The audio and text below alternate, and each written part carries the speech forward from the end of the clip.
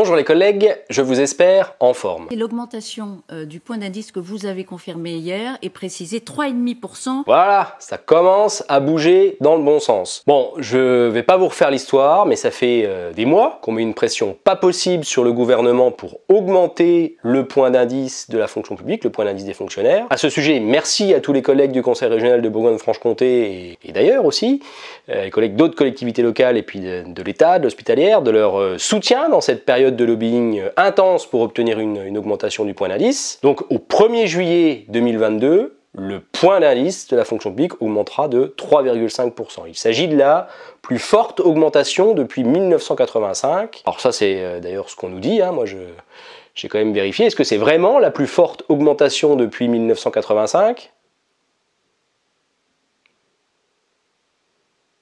Non, pas vraiment, parce que j'ai regardé les chiffres, j'ai vérifié. C'est la plus forte augmentation en une fois depuis, même avant ça, depuis novembre 82. Alors je me suis dit, tiens, c'est bizarre, pourquoi le gouvernement parle de 1985, de la plus forte augmentation depuis 1985 ? Parce qu'il additionne toutes les augmentations du point d'indice sur l'année 1985. Donc il additionne tout ça, puis il dit voilà, c'est la plus forte augmentation depuis 85. Donc ça sous-entend que cette augmentation qu'on a en 2022, ça sera la seule de l'année 2022. Je vous le dis clairement, ça va pas le faire.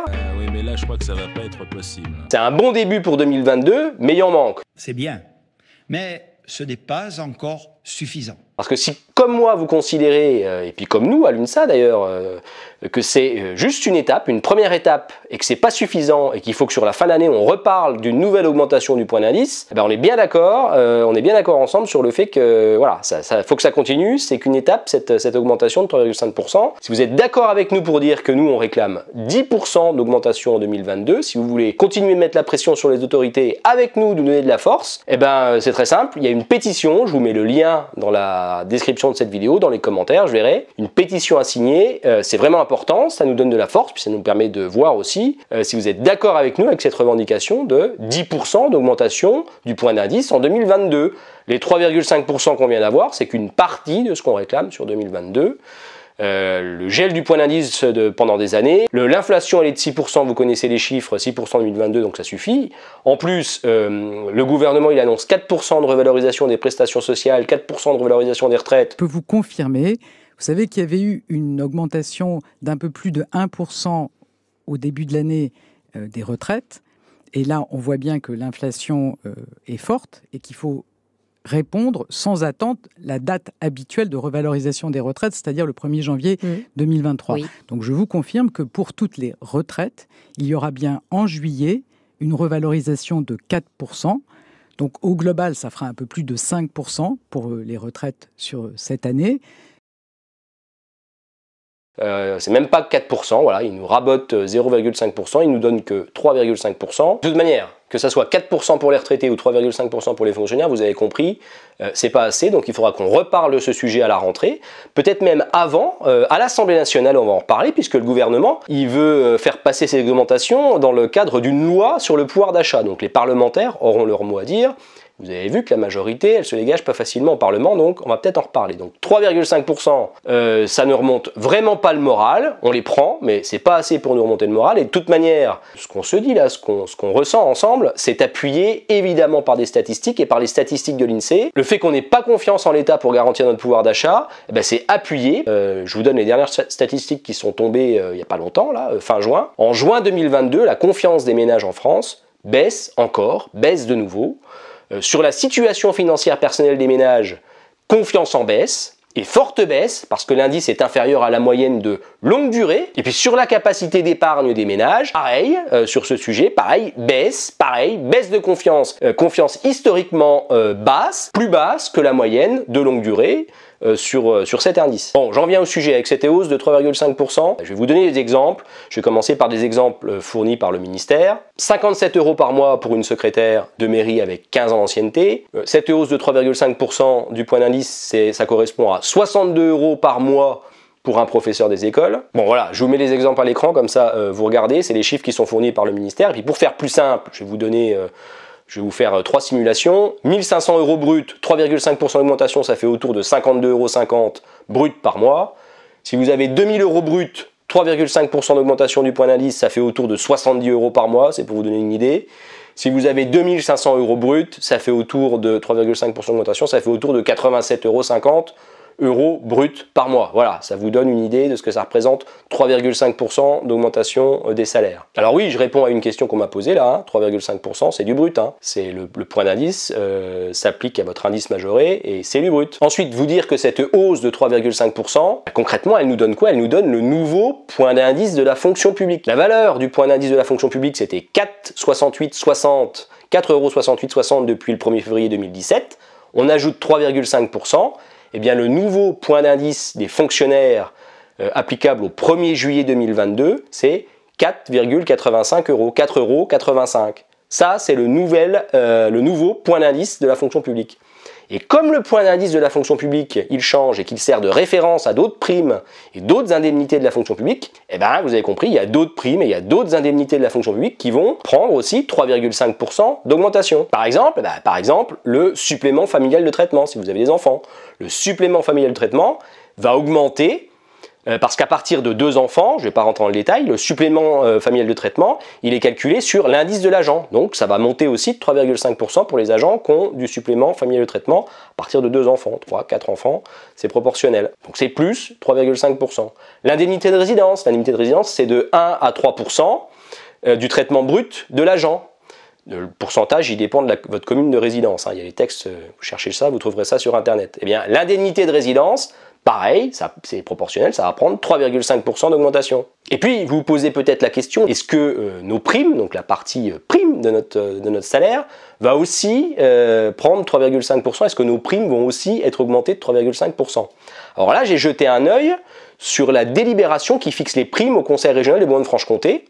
Et dans la délibération, ce point est bien traité, puisqu'il est indiqué que les montants de référence de la collectivité, donc de notre collectivité, le Conseil régional de Bourgogne-Franche-Comté, ces montants évoluent proportionnellement aux revalorisations du point d'indice de la fonction publique. Alors ça veut dire quoi? Eh bien, ça veut dire que le montant des primes IFSE et CIA qui sont versées aux agents du Conseil régional vont aussi être valorisés de 3,5% au 1er juillet, avec date d'application au 1er juillet 2022. Par exemple, pour un instructeur du siège, la prime mensuelle, l'IFSE mensuelle, passe, le socle, passe de 435 à 450 € par mois.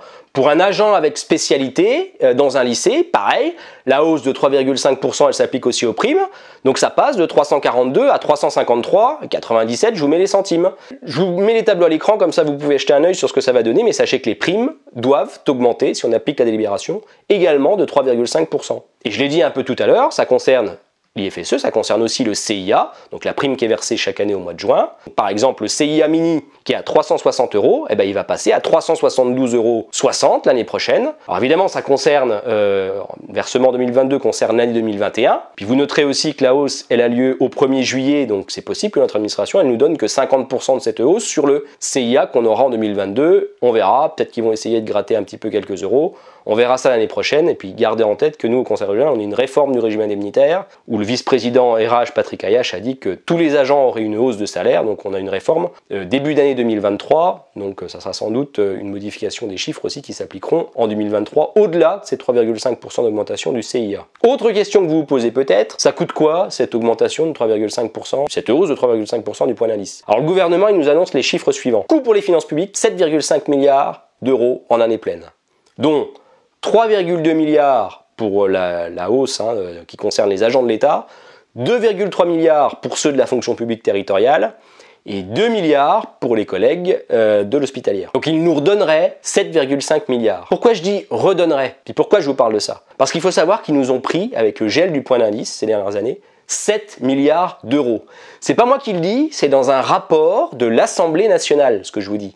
Ils nous ont pris, avec le gel du point d'indice, 7 milliards d'euros.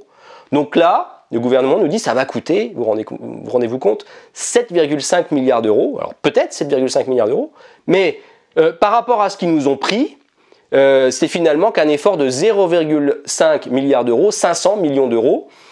Ça rattrape même pas ce qu'ils nous ont pris comme rémunération avec le gel du point d'indice depuis 2017. Et puis vous posez peut-être la question de savoir ce que ça va coûter à notre collectivité, le Conseil régional de Bourgogne-Franche-Comté. Eh bien, les élus en séance plénière du 25 juin là, ont adopté un budget modificatif en fait pour prendre en compte cette prévision d'augmentation du point d'indice, c'est 3 millions d'euros supplémentaires pour couvrir le second semestre 2022 qui ont été inscrits au budget modifié, 1 million pour le siège, 2 millions pour les lycées, donc 3 millions d'euros pour la fin d'année, ça fait 6 millions d'euros en année pleine.